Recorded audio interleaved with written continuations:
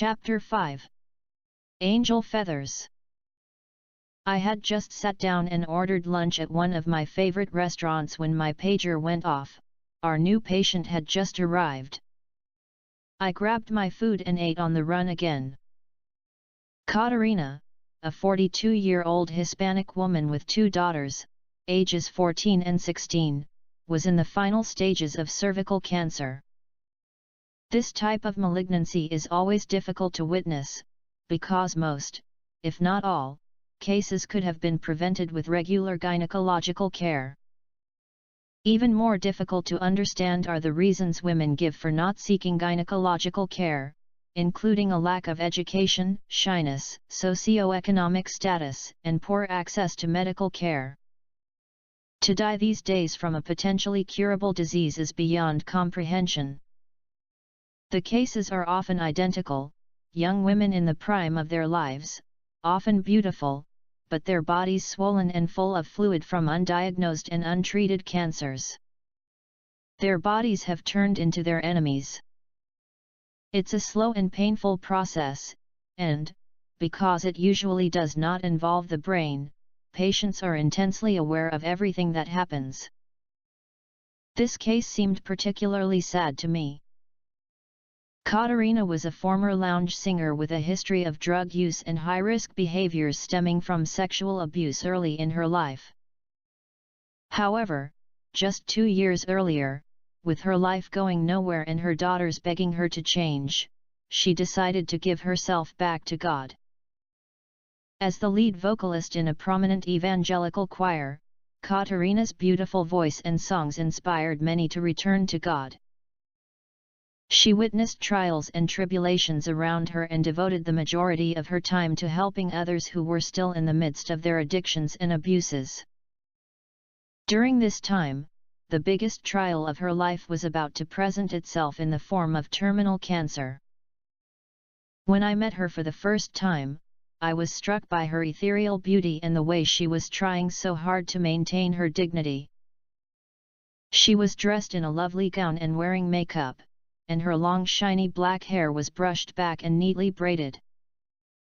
But she couldn't hide her distended abdomen and hugely swollen legs, her skin stretched so tight it leaked fluid constantly.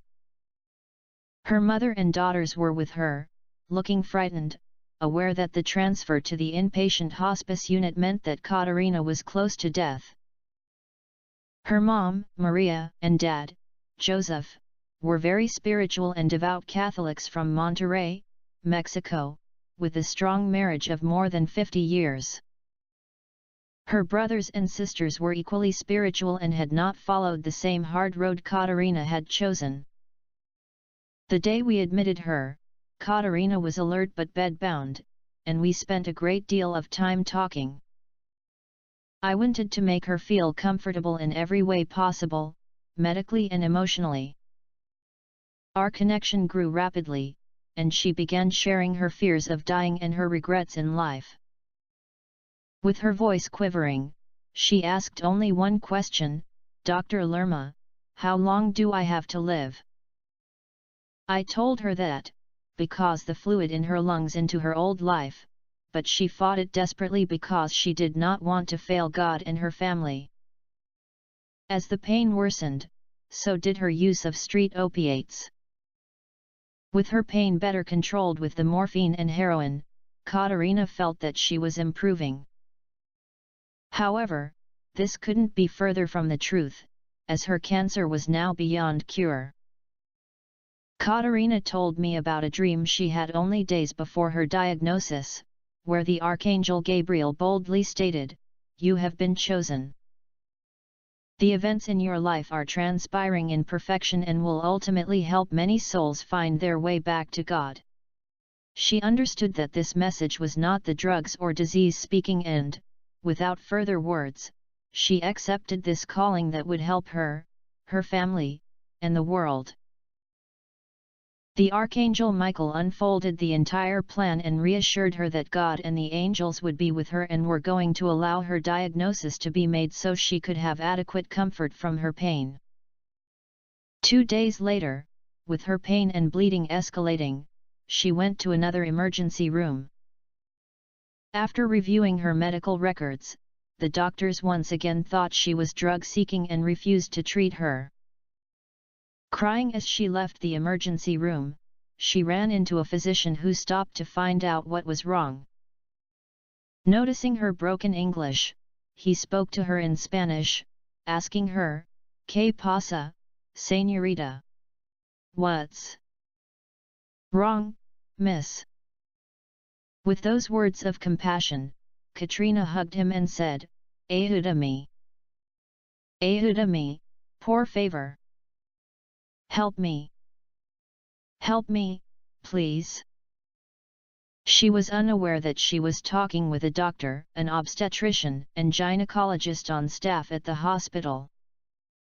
She told him she was bleeding and that the emergency doctors didn't want to do anything for her. Perhaps inspired by her angel or perhaps just feeling empathetic that evening, he took pity on her and walked her back to the hospital, where he found that she was extremely anemic. He admitted Katarina to the gynecology floor where he ordered blood work and a CT scan of her abdomen and pelvis. The results prompted a biopsy of her cervix. The frozen sections and results from her tumor markers and scans revealed advanced cervical cancer with metastasis throughout her abdomen and lungs with obstruction of the lymph system to her lower extremities. An oncologist immediately evaluated Katarina, and began chemotherapy and radiation treatments as well as pain control.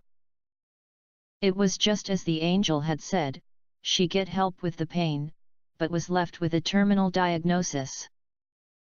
At the start of her chemotherapy, her angel Michael appeared and explained that he was sending a different angel every night to comfort her and remind her that she would not be abandoned by God. That evening, a large translucent, white-robed angel appeared, and just stood to the right of her bed in a shielding and comforting stance. A different angel appeared every night thereafter to comfort her, and always in the same place. She was unclear why they chose to appear to her right, but she felt it was protective in nature. Curious, I asked her to describe the angels' appearances. She said, their faces were brilliant and their long blonde to brown silky hair blended with their feathers and long flowing robes. The angels stayed for about 5 to 10 minutes every night to console her, yet she would cry and beg it not to depart. It was at those times of despair that she felt abandoned by God. She kept asking, how could God do this after I gave my life back to Him? I'm so angry at Him. One of the angels told her it was fine to act that way and to feel what she was feeling. As this showed God that she loved and acknowledged Him, all God really wants is for us to acknowledge and have a relationship with Him. The angel commented that God fully understands our pain, suffering, and despair as well as the difficulty of their purpose, because He lives within us and experiences it with us. In addition to being consoled, Katarina was told that the miracle of life and its answers were within her reach. Within the first day of her admission into hospice, Katarina's agonizing pain was under control. This gave her the needed peace to begin the process of closure. Per Katarina's request, her family gathered together to discuss her wishes before dying. With her parents and sisters present around her bed, I asked Katarina who she wanted to care for her children. She said the angel told her that her sister Maria had the time and spiritual desire to foster their mission in life. Katarina knew this was the right choice, because her children had always been drawn to Maria's motherly love. At that moment, Maria told Katarina that she would see it as an honor to care for them, especially after a recent dream she had in which 7 beautiful white glowing angels expressed the same desire.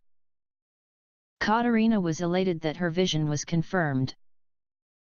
Her most weighing concern was lifted, and Katarina was enveloped by total tranquility. Katarina continued to describe the angels' prophetic visions. She said the next vision was projected on the forward wall of the room, as if it were a motion picture. She saw her daughters growing up to help other people and carrying on an incredible legacy for the family of healing through music and through witnessing. Katerina was also able to see herself communing with Jesus and agreeing to her life's direction. She saw that what she had agreed to was much greater than the suffering she would experience.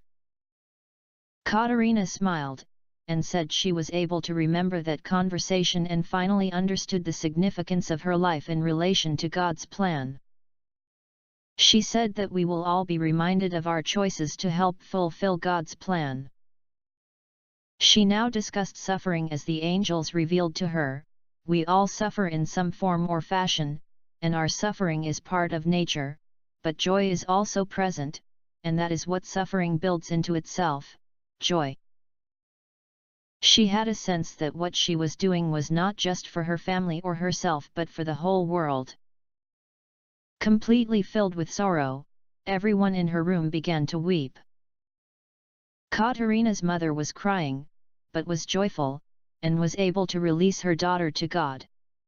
Katerina also accepted her death, and this was incredible, as she had persistently denied that she was dying even while having visions of magnificent spiritual beings.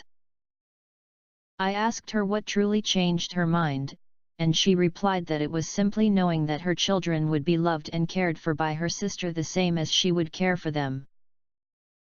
4 days before her death, at around 1 in the morning, Katerina woke her mother and whispered that a new magnificent angel, large and brilliantly blue with white wings, had appeared. Her mother said, "I saw my daughter focus on the right side of her bed, smiling and lifting her hands up as she began a voiceless conversation into space. I could see her mouth moving but I could hear no sound, and her head and eyes were shifting back and forth as though she was watching a moving object." Her mom kept observing her and trying to read her lips. Suddenly, it was as if the volume was turned up and she could hear her daughter's voice.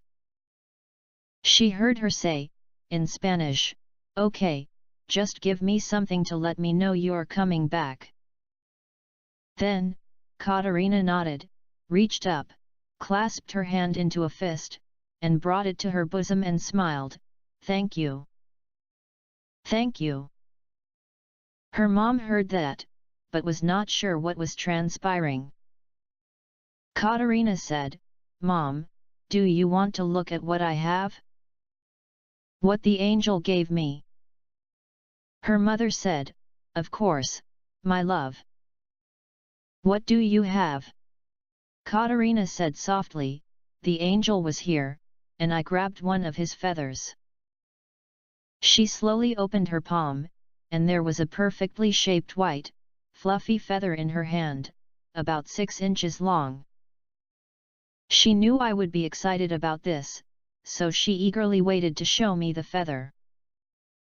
Her mother put the feather in a plastic bag, and Katerina told her to give it to me in gratitude for the loving care I provided to her family and her. I didn't feel I could accept such a gift, but I also did not want to offend her. At that moment I was paged to see a new patient, so I left her. We could discuss it another day.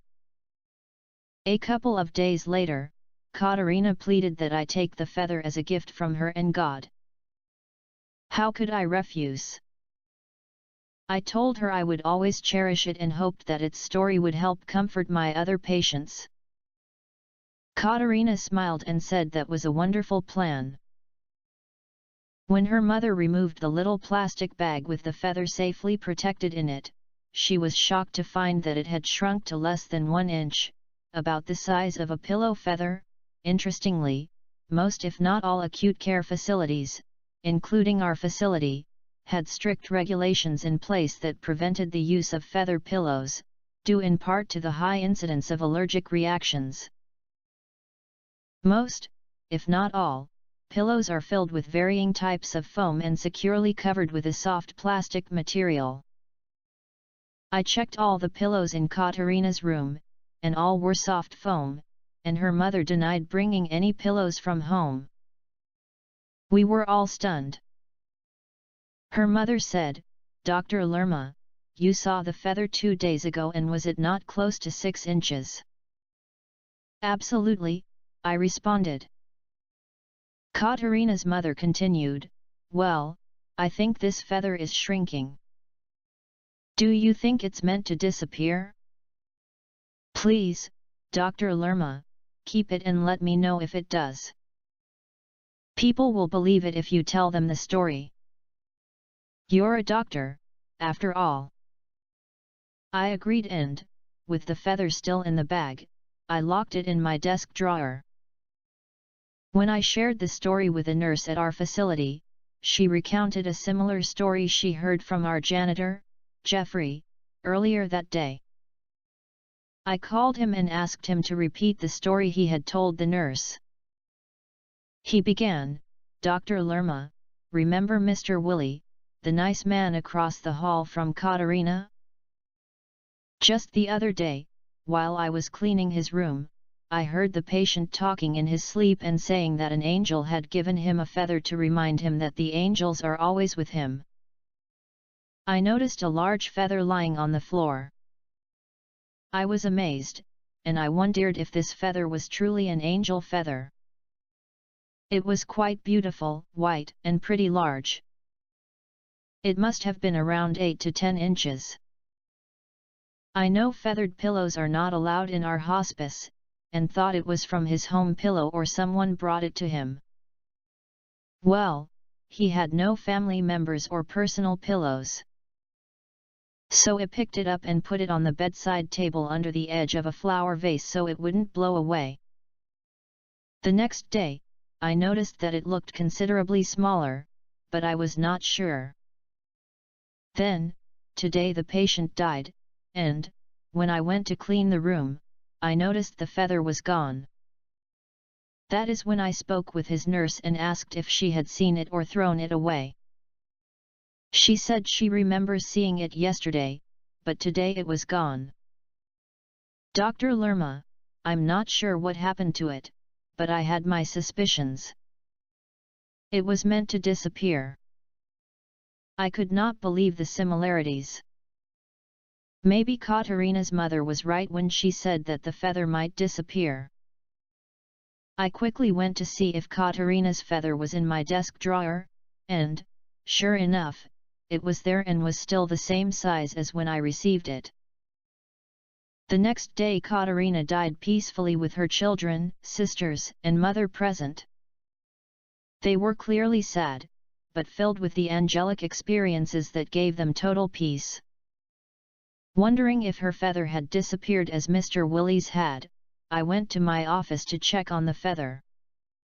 When I unlocked the drawer and removed the bag, I immediately noticed the feather was not in the bag. I looked all around and could not find it. The feather had indeed disappeared. I was the only one with a key to my desk, and I had told no one I had placed it there.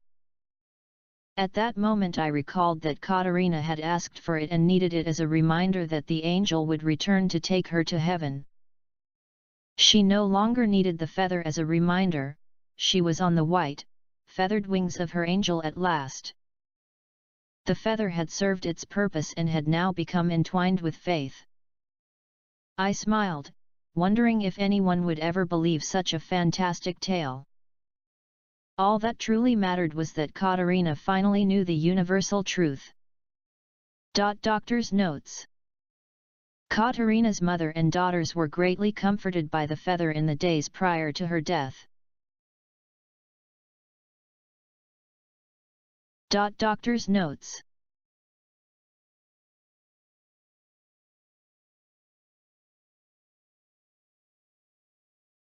Doctor's notes. Katerina's mother and daughters were greatly comforted by the feather in the days prior to her death. It was a symbol that somehow confirmed for them that Katerina had truly changed her life and was truly helping others.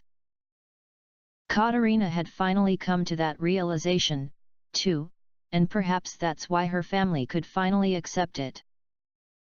Katerina and I had many conversations about what the angels were teaching her. The angels told Katerina not to feel guilty for the things she saw as mistakes. There are no mistakes. She chose her life path and understood that it was for a greater purpose. Close to the end of her life, the angels brought her visions to comfort and teach her. They showed her the greater purpose in her suffering, not just during her illness, but throughout her life. They explained how the life she had led gave her great compassion and understanding for others with addictions and weaknesses. She came to accept that her addictions were part of her lessons, which led to self-forgiveness, self-love, and peace.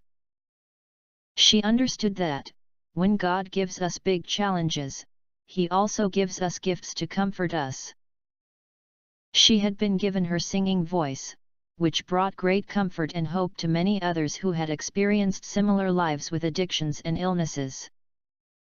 About her music, she said, "The singing talent was a gift from God and was something no one could ever take away from me.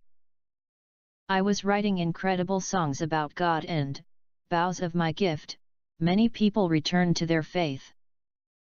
I realized that I never left God even when I was at my lowest point. I needed to go through my challenges so I could teach myself, and ultimately others, that they can do it too. I was told by the angels that I am an older soul, and I chose to come here and lead others to their missions. I was shown how my kids will also be part of the music ministry. They have a mission that my life has contributed to." She understood her life in a completely different way, and she accepted it all. She said the angels also met her in her reality and showed her beautiful things that brought her joy and comfort. They sang her favorite songs and invited her to sing with them. Sometimes she would be lying in the bed singing in angelic tones, which sent out a peace that was palpable to everyone present.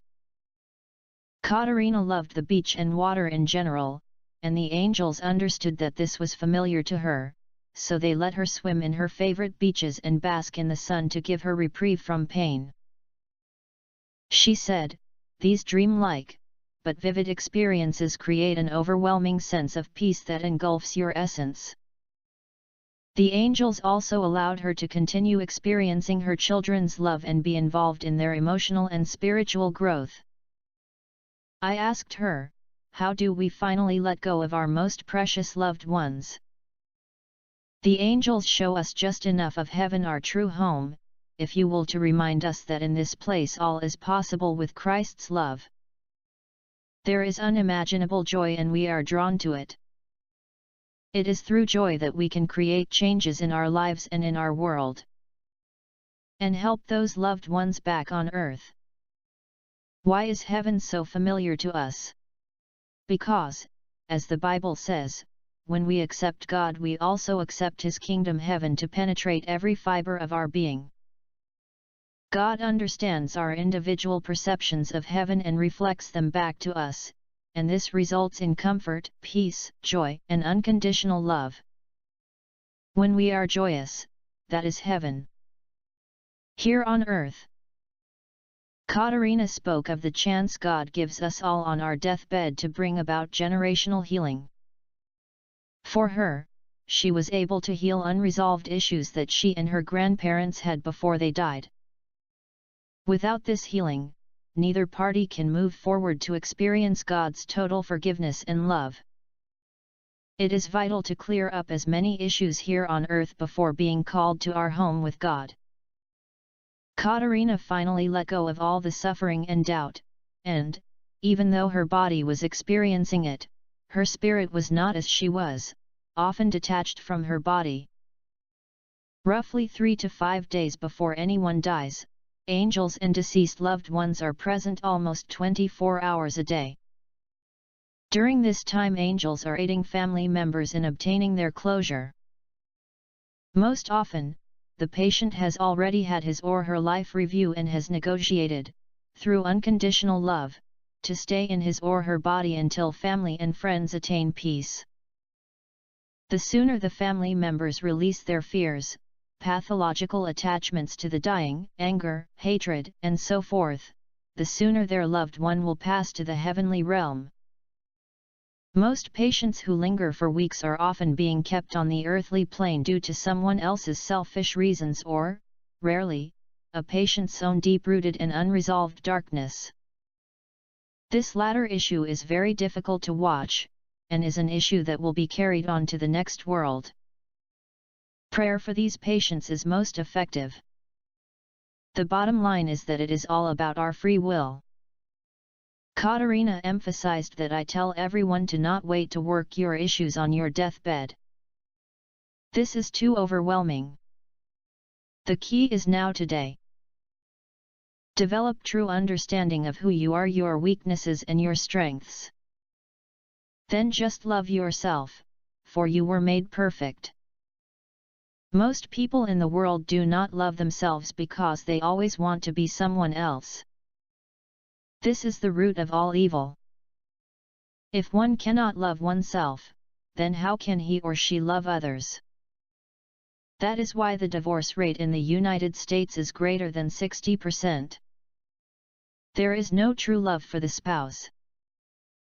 Bigotry, hatred, discrimination, racial profiling, religious wars, fear, all of these are a result of the non-existent self-love.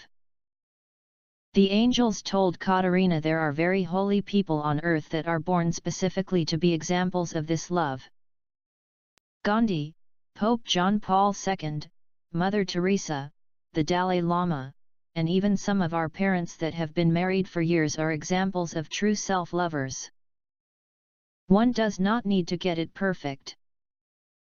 All one has to do is stay balanced. Stay away from both extremes, as this is a recipe for sure failure.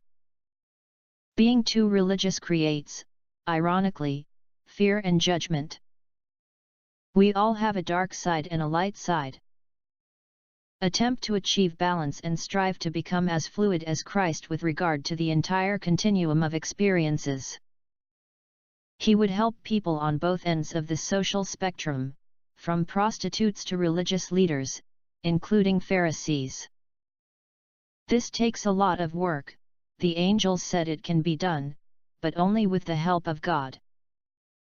So, Katerina said, love yourself and forgive yourself, then try to love and forgive others. One will see that it will get easier. Christ died for us because he knew we were going to continually sin, and this gave us infinite number of chances to at least understand the concept. Remember, though, Katerina said, one never knows the time God will call us to leave this world. Just try and be kind to oneself and others and believe in the Lord Jesus Christ as your Savior. You won't be disappointed, Katerina said. I asked her about her life review and she said, John, you wouldn't understand it. You will only understand your own.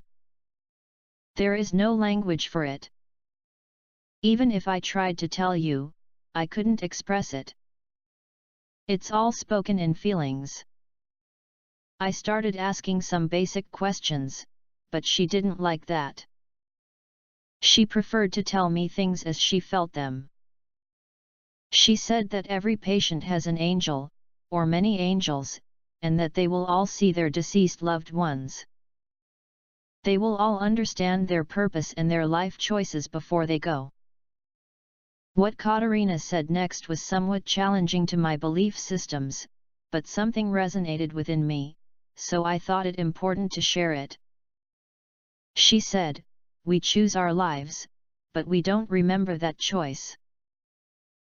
When the angels show our life to us, they give back the memory of that choice, and then we know our truth. Nothing is forced on us. We are all working together. We're part of the consciousness of the whole world. We're growing as a group. If some of us get sick, every human being is emotionally affected, even if they don't realize it. For instance, when some of us choose the dark side, others have to take on the incredible energy of that darkness and defeat it so as to restore balance. It can come to you in many ways, emotionally, spiritually, and sometimes through physical illness. It was shown that even the cancer cells are still of God. By choosing to take on another person's darkness, I accelerated my cell growth so fast that I got cancer.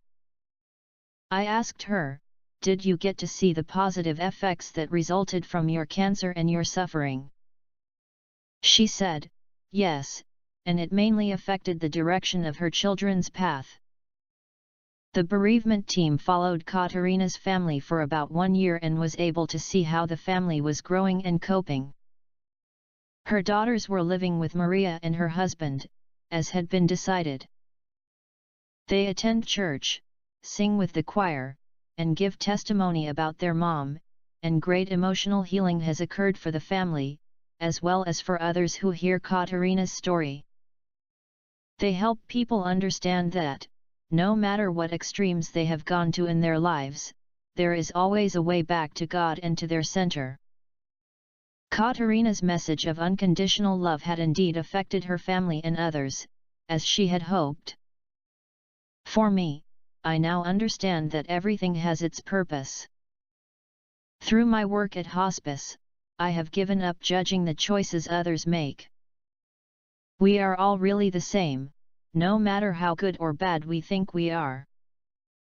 Once again, the lessons learned from those who are exiting this life are profound, and I have to keep expanding as I am presented with new information. I am humbled and gratified to be exposed to such wisdom, and I never lack for new things to ponder and wonder about. I am glad I chose this path, and I am glad I now understand and know that I made that choice with God's direction. The end. Thank you for watching.